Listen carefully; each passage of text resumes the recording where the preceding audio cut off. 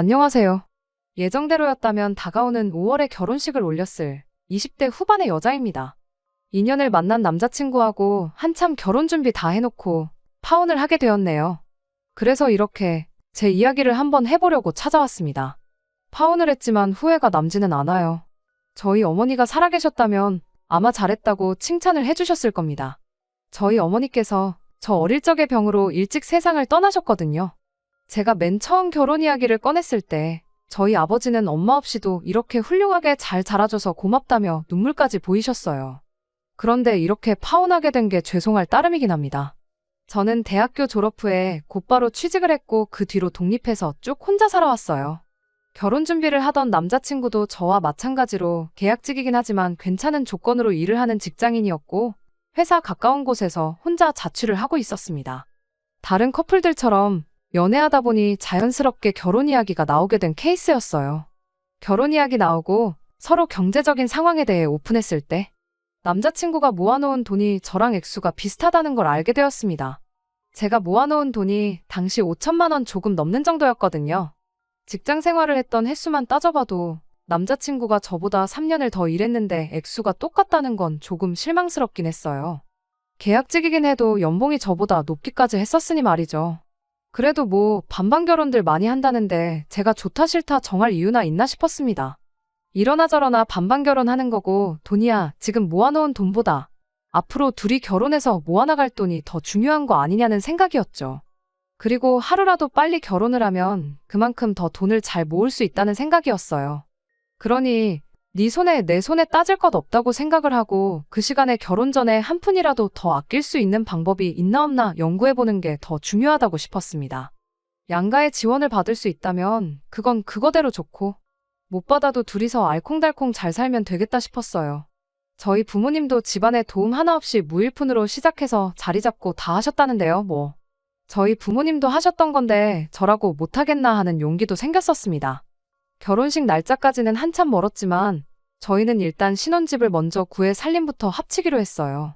저도 그렇고 남자친구도 그렇고 독립해서 살고 있던 원룸, 자취방 계약이 비슷한 시기에 끝나는 상황이었거든요. 어차피 결혼하면 한 집에 살게 될 텐데 미리미리 알아보고 괜찮은 매물이 있으면 미리 구해서 들어가 살아도 되겠다는 생각으로 집을 알아보기 시작했습니다. 그러다가 정말 좋은 조건의 매물을 우연찮게 하나 찾을 수 있었어요. 지어진 지 진짜 오래된 엘리베이터도 없는 5층짜리 구축 아파트이긴 했지만 위치적으로나 뭘로 보나 저희 예산으로 이만한 곳이 없었어요. 전집 주인분이 새로 계약한 아파트에 입주를 해야 하는 상황인데 살고 있던 집이 나가질 않고 있던 상황이었던 거죠. 그래서 가격 또한 주변 시세에 비해 확실히 메리트가 있는 가격이었어요. 남자친구가 일 때문에 시간을 내지 못해 저 혼자 먼저 그 집을 보고 왔는데 집이 워낙 안 나가서 수리해놓으면 잘 나간다는 이야기를 어디서 들어서 집주인분이 자기 돈 들여서 수리도 싹 다 해놓았더라고요. 집도 남향이라 햇살도 잘 들어오는 구조였고요. 대로변이 가까워서 주변 치안도 괜찮아 보였고 조금 오래되었다는 것 빼고는 신혼집으로 더할 나위 없이 좋아 보였습니다. 전 집주인분이 자기도 상황이 급박한 터라 지금 계약하고 잔금도 빨리 치러주면 도배랑 장판까지 싹 자비를 들여서 해주겠다 하는 바람에 저도 모르게 남자친구한테 의견을 물어보지도 않고 그날 곧바로 계약금을 걸어버렸어요. 집주인분께 가능하면 그날의 남자친구와 함께 다시 한번 방문해도 되냐고 양해를 구했습니다. 남자친구 퇴근하는 시간 맞춰서 이쪽으로 오라고 불러내 집 구경을 같이 한번 더 했어요. 남자친구도 집을 정말 마음에 들어하는 눈치였어요. 저 혼자 결정에 계약금을 걸어버린 걸 가지고 기분 나빠하지 않을까 걱정도 되었는데 남자친구가 오히려 저보다 더 마음에 들어하는 것 같아 참 다행이라고 생각했어요. 아무튼 집주인분 사정상 저희가 잔금을 빠르게 준비했어야 했는데 남자친구가 그제서야 저한테 그동안 자기 돈은 어머니가 관리를 해주고 있었다는 사실을 털어놓았습니다. 그 나이 먹도록 엄마한테 돈 관리를 맡겨야 하나 싶었지만 자기가 원할 때 돌려받을 수 있는 돈이라고 하니 대수롭지 않게 생각했어요. 그래서 언제까지 잔금을 치르기로 결정을 했고요. 그런데 막상 잔금 치르는 날이 다가오고 있는데 남자친구가 자기 돈은 그냥 두고 대출을 받아서 집을 먼저 구하는 게 어떻겠냐고 물어왔습니다. 돈이 있는데 왜 대출을 받자고 하는 거냐 물었더니 그 돈이 지금 묶여있는 상황이라고 하더라고요. 예비시모가 현재 그 돈을 당신 지인들 몇몇한테 빌려주고 거기서 나오는 이자를 받으면서 용돈벌이를 하고 계신 상황이라며. 그래서 그 돈을 당장 내놓으라기에 조금 그런 게 있다고요. 저는 그게 무슨 소리냐고 잘 이해가 안 간다고 말했었어요. 남자친구는 몇몇 분들이 당장 빌려간 그 돈을 마련할 방법이 없어 보인다고 하면서 그쪽 사람들 상황 이야기를 하더군요.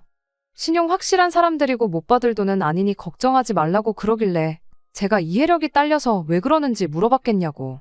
어머님이 관리해주고 있어도 엄연히 그건 당신 돈이고 우리가 당장 필요한 돈인데 왜 어머님 지인분들 사정을 따져서 우리가 대출까지 받아서 이자를 감당해야 하느냐 되물었어요. 남자친구는 그래도 어머니가 그걸로 용돈도 벌고 하시는데 한 번에 그 돈을 돌려달라고 하기도 좀 그렇지 않냐며 사정 좀 봐달라는 거예요. 이자도 이자지만 뭐 남자친구 말대로 그 돈을 빠른 시일 내로 돌려받는다고 한들 대출 일찍 갚으면 중도상환 수수료도 내야 하잖아요. 그런 손해를 떠안으면서까지 남의 사정을 봐줄 이유가 전혀 없는 거 아니냐고 다시 물었더니 남자친구는 일이 이렇게 꼬인 건 미안한데 너한테는 아직 우리 엄마가 남이냐고 하면서 그 말이 서운하다고 하더라고요. 그렇다고 계약금까지 걸어놓은 상황에 또 위약금까지 물어내기도 그렇고 정말 그 집이 마음에 드는 데다가 조건도 좋았으니 고민이었어요. 다행히 이 상황을 알게 되신 저희 아버지께서 노후자금을 가지고 잔금을 대신 치러주셨습니다. 그렇게 하면 대출까지 받을 필요는 없었으니까요. 잔금 치르면서 도배 끝나고 나서 저도 딱 제 원룸 계약이 끝난 덕분에 곧바로 그 집에 들어가서 먼저 살게 되었어요. 저희 아버지께서 자는 것만큼은 편한 데서 자야 한다고 침대를 하나 사주셨고요. 집 사는데 돈을 전부 다 써버린 관계로 잔금을 먼저 치르면서 남자친구한테는 한 달 내로 어머님한테 말씀드려서 그 돈을 받아오라고 했습니다. 남자친구는 여전히 서운한 듯 보였지만 한 달이면 충분히 정리될 것 같다고 괜히 일만 들어서 미안하다고 저한테 진심으로 사과를 해왔고요. 그런데 또 막상 거기서 한 달 반이 더 지났는데 남자친구는 돈의 디귿자도 꺼내지 않았어요. 먼저 말을 해주겠지 하고 기다렸다간 평생 가도 대답 한번 시원하게 못 들을 것 같아 제가 그냥 단도직입적으로 물어봤습니다. 남자친구는 대충 날씨가 좋다느니 하는 얼토당토하는 화제로 말을 돌리려고 했고요. 딱 봐도 어머님한테 말도 못 꺼냈구나 싶어서 이대로는 안 되겠다고 내가 어머님하고 직접 담판을 지어야겠다고 했어요. 그랬더니 그제서야 자기가 다시 한번 이야기해보겠다고 하는데 이젠 저도 봐줄 만큼 봐줬다 싶었고 그러면 당장 어머님한테 전화드려서 물어보라고 했죠. 그렇게까지 해야 하냐며 주저하던 남자친구는 제 고집을 이기지 못하고 결국 제 앞에서 예비시어머니한테 전화를 드렸습니다. 예비시어머니의 답변은 참으로도 어이가 없었고요. 저도 통화 내용을 들을 수 있게 스피커폰으로 전화를 하고 있었거든요. 당연히 예비시어머니는 그 사실을 몰랐고요. 돈은 언제쯤 준비되냐는 남자친구의 물음에 예비시모는 다짜고짜 화부터 내기 시작했어요. 잔금도 다 치렀다면서 대체 그 돈이 급하게 필요한 이유가 뭐냐면서 말이죠. 남자친구가 제가 옆에서 다 듣고 있다는 사실을 말해주고 싶어하는 표정이긴 했지만 제 눈치를 보느냐고 말해주지는 못하고 그래도 주기로 한 돈인데 빚지고 있는 기분이라 빨리 주고 싶다는 식으로 말을 이어갔어요. 예비 시어머니는 그 말에도 그쪽 집 노후자금으로 내줬다고 하지 않았냐, 그 또한 당장 필요한 돈도 아니지 않느냐면서 아버지라는 사람이 설마 그 딸한테 이자라도 받겠냐 하면서 최대한 그 돈을 당신이 가지고 있겠다고 나오더라고요. 막말에 가까운 예비시모 발언이 썩 유쾌하게 들리지는 않았습니다. 하마터면 제가 말 다 했냐고 따져 물을 뻔했으니까요. 예비시어머니 말 맞다나 저희 아버지께서 자식인 저한테 이자를 받기로 하고 그 돈을 해주신 건 아니에요. 아직 아버지께서 일도 하고 계셔서 당장 급한 돈도 아니었고요. 하지만 반대로 생각하면 예비시모도 자식 돈을 가지고 용돈벌이를 하고 있는 상황이잖아요. 자식이 자기 돈이 필요하다는데 당신이 얼마 돈 좀 벌겠다고 그 돈을 쥐고 놓지 않으려고 하는 모습이 참 뻔뻔하다고 느껴졌어요. 그리고 곧 결혼을 앞두고 있는데 언제까지 그 돈을 가지고 계시겠다는 건지 그냥 하루라도 빨리 돈을 돌려주시는 게 앞만 봐도 제일 좋은 방법이라는 생각밖에 들지 않았거든요. 예비 시어머니는 당신 할 말 다 하고 그냥 전화를 끊어버렸고 남자친구는 저한테 미안해 죽으려는 표정이었죠. 안 되겠다고 제가 직접 어머님하고 통화를 해보겠다고 했는데 남자친구가 제발 그것만은 참아달라고 저를 말렸습니다. 자기 어머니가 성격이 좀 괴팍한 게 있어서 한번 척지면 어지간해서는 풀지 않고 영원히 등 돌리고 지내는 분이시라며 곧 결혼 앞두고 있는데 돈 문제로 그렇게 다투면 우리 앞에 파혼 말고 기다리는 게 뭐가 있겠냐 하더라고요. 급한 대로 남자친구가 자취방 계약이 끝나면서 돌려받은 보증금으로 아버지한테 돈을 일부 갚았고 그 돈은 꼭 저희 결혼식 올리기 전까지 해서 갚아주겠다고 또 약속을 했습니다. 남자친구도 자취방 계약이 끝나면서 그 집에 들어와 살기 시작했어요.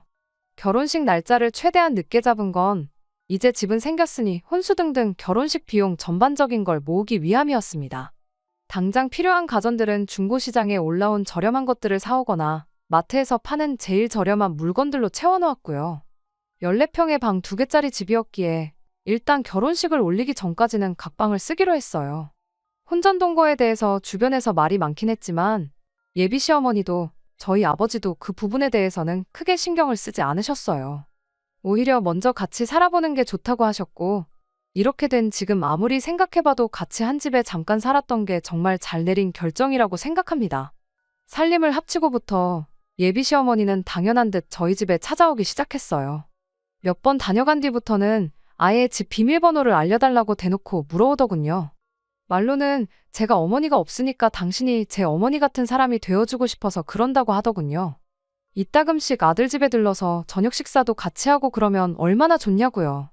일하느라 바쁜 저희들 대신에 회사에 있을 시간에 들러서 우렁각시 마냥 집안일도 해주고 그러고 싶으시다는 거예요.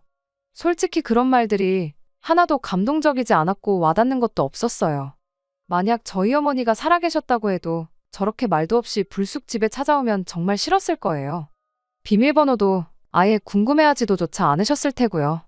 만에 하나 비밀번호를 알려달라고 하셨다 할지라도 저는 알려드리지 않았을 겁니다. 애초에 돌아가신 저희 어머니를 대신해서라는 말부터가 믿을 수가 없었지요.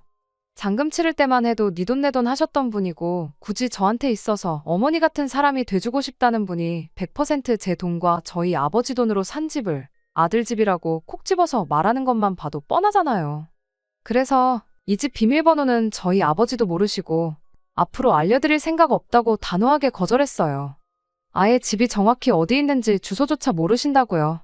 제 대답에 예비 시어머니는 대수롭지 않게 그러냐 알겠다고 대답했지만 정작 그렇게 포기한 척하고 돌아가서는 누가 이기나 보자는 식으로 나왔습니다.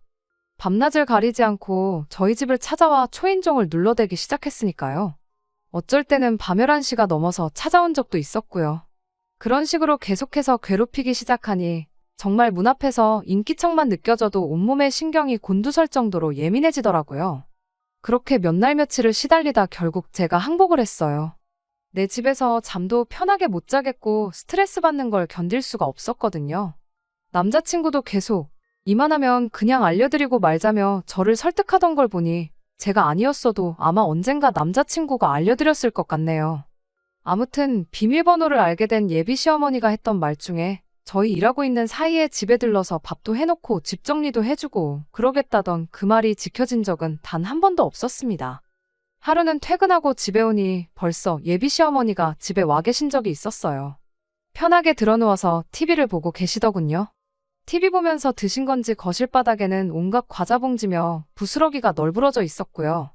무슨 일로 오셨냐니까 예비 시어머니는 내 아들 집에 네 허락까지 받고 와야 되냐는 대답을 하더군요. 우리 집 TV가 당신 집에 있는 것보다 화질도 선명하고 화면도 커서 TV 보는 맛이 나니까 온 거라고 하대요? 앞으로 TV 보고 싶을 땐 여기 와서 보겠다고 대놓고 통보까지 하면서요. 원래는 저희들 퇴근하기 전에 가려고 했는데 시간이 벌써 이렇게 됐다며 이참에 저녁도 먹고 가야겠다고 저보고 아들 퇴근 시간 맞춰서 밥도 준비하라고 하더라고요. 이미 예상은 했지만 저한테 했던 말들이 비밀번호 하나 받아내겠다고 꺼낸 개수작에 불과했던 거였어요. 고작 이딴 이유로 돌아가신 저희 어머니까지 걸고 넘어지면서 비밀번호를 물어봤다는 게 가증스럽기 짝이 없었습니다. 방에 들어가서 옷을 갈아입고 있었는데 몇 번을 생각해봐도 화가 가라앉지 않더라고요. 한마디 해야 하나 말아야 하나 고민하던 찰나에 타이밍 좋게 남자친구가 퇴근해서 집에 돌아왔어요. 방문 너머로 남자친구가 여긴 어쩐 일로 오셨냐고 묻는 소리가 들려왔는데 예비 시모는 저한테 했던 대답 그대로 TV가 화면이 크고 보기 편해서 왔다고 대답을 해왔습니다. 남자친구 입에서 그런 이유로 오실 거면 오지 마시라는 대답을 기대한 제가 바보였어요. 남자친구는 그렇냐고 하면서 아직 소파를 안 샀는데 소파부터 하나 사야겠다며 자기 어머니 편하게 TV 볼 환경을 만들어줄 생각밖에 없어 보였거든요. 식사는 배달 음식 시켜서 대충 먹었어요. 주중에는 일 때문에 저나 남자친구나 지쳐있던 상황이다 보니 식사는 되도록 간편하게 때웠거든요.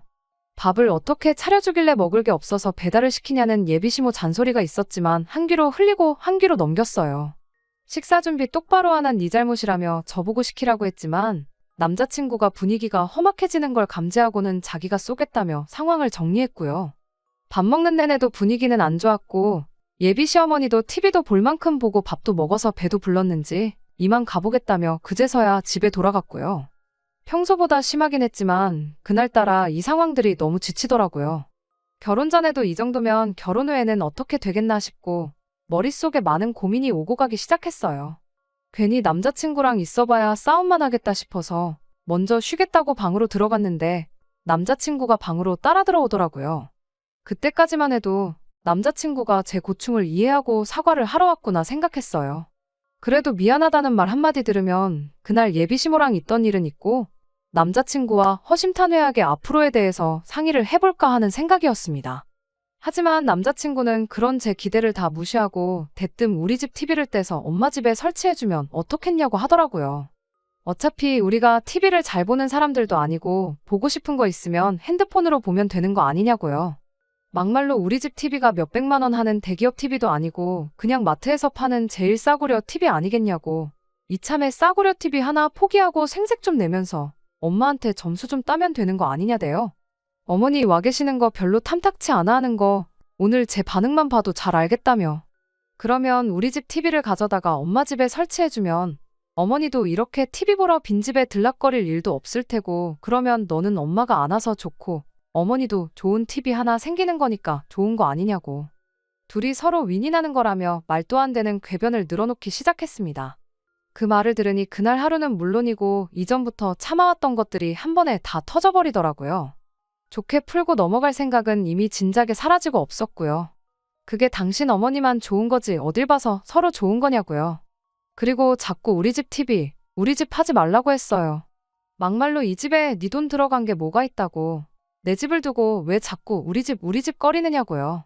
TV 하나 놓아드린다고 안 오실 분이었으면 진작에 안 오셨을 거 아니냐고. 그리고 네 돈으로 이자 받아서 용돈 벌고 계시지 않냐. 벌써 그때부터 몇 달이 지났는데 그 돈으로는 대체 뭐 했길래 마트에서 파는 싸구려 TV 하나 장만 못하고 결혼도 안 한 예비 며느리 집까지 쳐들어와서 시어머니 대접을 받으려고 하냐고 쏘아붙였습니다. 다음번에는 에어컨이 시원해서 좋다. 침대가 편해서 좋다 하면서 내 집 살림 다 어머니한테 가져다 바치고 그때가 돼서 못 오게 할 거냐고. 저는 그렇게는 못하겠고 이제 더는 못 참겠다고 한마디 했어요. 살림살이 가져다 바칠 생각하기 전에 그냥 깔끔하게 전화 한 통 드려서 그만 좀 오시라고. 이대로 가다간 결혼하기 전에 파혼당할 판이다 한마디 해주는 게 뭐 그렇게 어려운 일이냐 따졌네요. 저도 말이 조금 심하긴 했지만 여태껏 반년 가까운 시간 동안 좋게 넘어가서 좋은 꼴 본 적이 단 한 번도 없으니 이 정도면 충분히 설명이 되었을 거라 생각했는데 남자친구는 오히려 저한테 화를 내더군요. 연애하는 동안 한 번도 다툰 적이 없었는데 그동안 자기도 불만이 많았다면서 기분 나빴던 일들을 늘어놓더라고요.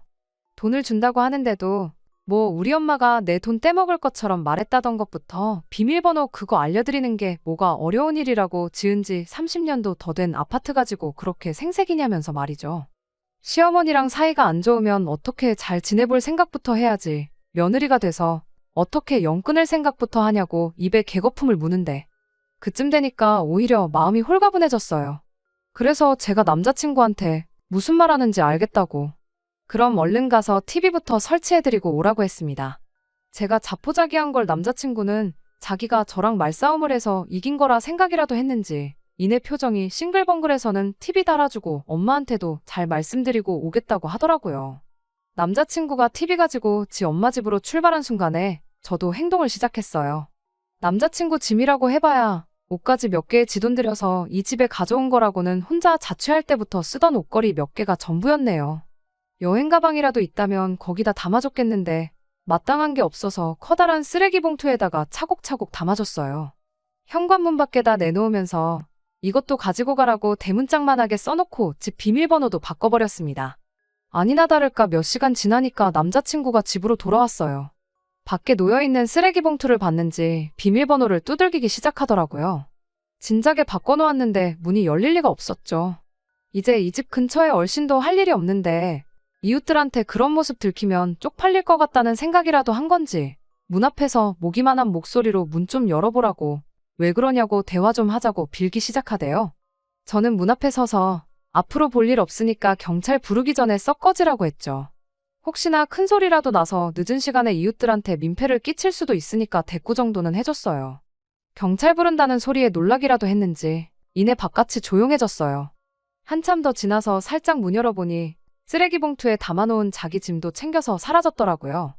이제 두 다리 뻗고 자면 되겠다 싶어서 방으로 돌아왔어요. 머릿속은 복잡했지만 마음 하나만큼은 후련했어요. 그런데 벼랑간 문을 두들기는 소리가 나더라고요. 남자친구 성격에 그 정도 깡은 없을 것 같고 보나마나 집에 가서 엄마한테 일러 바치고 엄마 모시고 집에 다시 쳐들어왔구나 하는 생각이 들었어요. 아니나 다를까 예비시모 목소리가 우렁차게 들리더라고요. 이젠 진짜 이웃들한테 민폐가 되겠다 싶어서 하는 수 없이 문 열어주고 집 안으로 들어오게 해줬습니다. 예비시모는 들어오자마자 다짜고짜 제 머리채부터 잡으려고 하더라고요. 가뿐하게 피해주고 이게 뭐 하는 짓이냐고 진짜 경찰을 불러야 정신 차릴 거냐고 한마디 더 해줬어요. 집에 들어오게 해준 것도 괜히 이웃들 피해가게 하기 싫어서 문 열어준 거니까 뭐 대화로 풀어볼 생각일랑 그런 착각 같은 거 하지 말라고 했습니다. 파혼하겠다는 거야 지금 상황만 봐도 충분히 알았을 테니 그만하고 내 집에 나가주시라 한마디 해줬죠. 예비 시어머니는 내 아들 집에 들어왔는데 경찰은 무슨 경찰이냐며 큰 소리를 치기 시작했어요. 경찰 한번 불러보라고 며느리가 시어머니한테 이렇게 하고 있으면 경찰도 너부터 잡아가지 나를 잡아가겠냐며 고래고래 소리를 치길래 아직도 정신 못 차리고 아들 집 타령을 하고 있냐고 한마디 해줬습니다.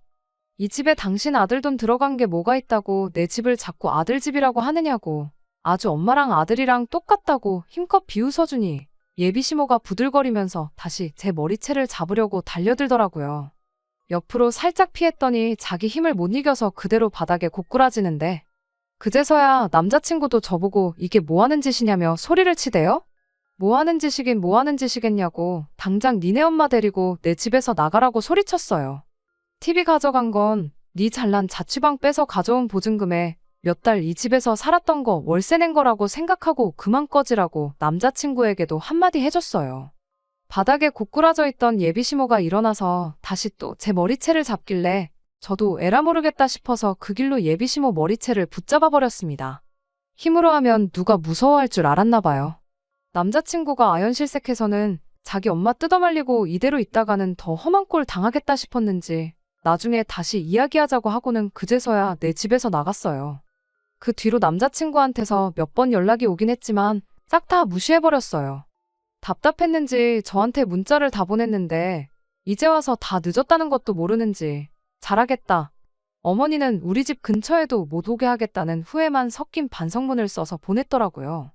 알고 보니 자기가 여태 모아놓은 돈도 어머니가 지인들한테 돈놀이를 해주고 있던 게 아니라 다 쓰고 없다더라면서 당장 주기로 했던 집값은 못 줄 것 같지만 앞으로 평생 어머니하고는 볼 일 없이 지내겠다. 이런 식으로 꽤나 길게 써서 보냈더라고요. 그래도 반성문 써서 내민 정성을 봐서 답장은 해줬습니다. 내 마음 돌릴 생각은 추호도 없으니 다시 잘해볼 생각이라면 꿈 깨라고요. 그렇게 몇 번 강하게 나갔더니 얼마 전부터는 더 이상 연락도 오질 않네요. 그나마 덕분에 내 집 마련한 걸 위안 삼으려고 합니다. 아직 아버지한테 빌린 돈은 앞으로 제가 갚아야 할 돈이긴 하지만 요새 힘든 부동산 상황 속에서도 재개발 소식에 집값이라고 조금 오른 상황이라서 갚을 돈만큼은 아니지만 투자라고 생각하면 조금 이득을 봤으니까요. 돈이다가 아니지만 그나마 이 집이 마음의 위로라도 되는 것 같아요. 결혼하기 전에 같이 살아보는 거 나쁘지 않은 선택이었다고 생각해요. 이혼한 게 흠도 아니라는데 그깟 몇 달 한 집에서 같이 지낸 게 앞으로 제 인생에 무슨 흠이나 되겠나 싶거든요. 이걸 저희 일부라고 받아들이고 진짜로 저를 위해주고 아껴주는 사람을 만나면 되는 일 아니겠어요? 결혼 전에 동거했다는 눈치가 무서워서 그냥 결혼을 해버렸다면 아마 100% 이혼했을 거고 그걸로 더 눈치 보고 살았을 거예요. 이혼보다 깔끔한 파혼이 100번 낫죠. 끝까지 들어주셔서 감사합니다. 오늘의 사연은 여기까지입니다. 구독과 좋아요, 알람 설정 부탁드리고 더 좋은 사연으로 다시 찾아뵙겠습니다. 감사합니다.